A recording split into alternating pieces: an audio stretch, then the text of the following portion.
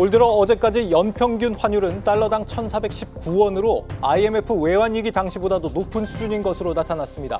고환율 여파로 당장 지난달 소비자 물가가 예상을 웃돌며 내수 경제에 타격을 주고 있습니다. 한국은행의 기준금리 인하 사이클 종료 시점을 앞당길 수 있는 변수인 만큼 경계감이 필요해 보입니다. 네, 박승환 세종주재기자 연결해 들어보겠습니다. 박승환 기자, 이 BOJ의 다음 달 금리 인상 가능성이 높다고 하는데 보통 엔화와 동조되는 우리 원화는 좀처럼 강해지질 않는 것 같습니다. 그렇습니다. 당장 일본의 기준금리 인상이 현실로 다가오면 유동성 측면에서 우리 금융시장에 부정적인 영향이 예상됩니다. 일본 금리가 올라갈 거란 전망이 뚜렷해질수록 일본 투자자들이 해외 자금을 본국으로 가져갈 가능성이 커지기 때문이죠. 소위 엔캐리 트레이드 청산 우려가 나오는 건데 다른 투자들 역시 기존 투자금을 빼내서 일본으로 옮기는 움직임이 활발해질 수 있습니다. 이는 글로벌 주가나 코인 등 위험 자산의 가격 하락으로 이어지고요. 때문에 실제로 지난해 8월에도 주요 금융시장이 전반적으로 휘청인 바 있죠. 외국인 투자자들의 원화에 대한 투심이 커져야 환율 진정에 유리한 우리 입장에서는 또 하나의 변수를 만난 셈입니다. 이러한 일본의 움직임은 자국 수입 물가 상승이 국내 가격으로 전가돼 물가를 밀어올리고 있다는 판단 때문입니다. 금리 인상을 미루다가 통화 완화 상태가 길어지면 미국과 유럽이 경험한 높은 인플레이션이 발생하면서 이를 잡기 위해 4에서 5%까지 고금리를 만들어가야 할 수도 있다는 판단인데요. 가뜩이나 다카이치 내각이 대규모 추경으로 경기 부양에 나서면 물가 인상이 불가피할 것으로 예상되는 만큼 사전 차단에 나서겠다는 신호를 보낸 걸로 풀이됩니다. 네, 당장 높아진 환율이 물가에 부담을 주고 있다는 게 오늘 확인이 됐죠? 맞습니다. 안정세에 있던 소비자 물가가 2달 연속 2%대 중반 상승세를 기록했습니다. 고윤철 부총리 발언 확인하시죠.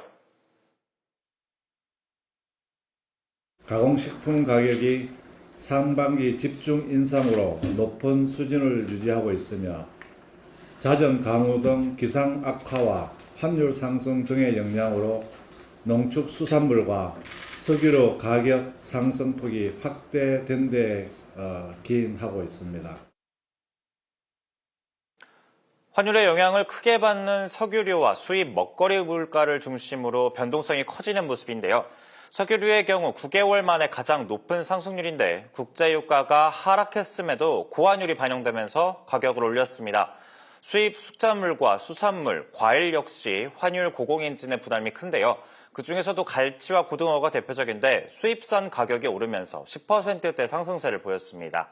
앞으로는 수입해오는 원재료 가격이 뛰면서 가공식품이나 외식 물가 역시 오를 수 있다는 분석인데요.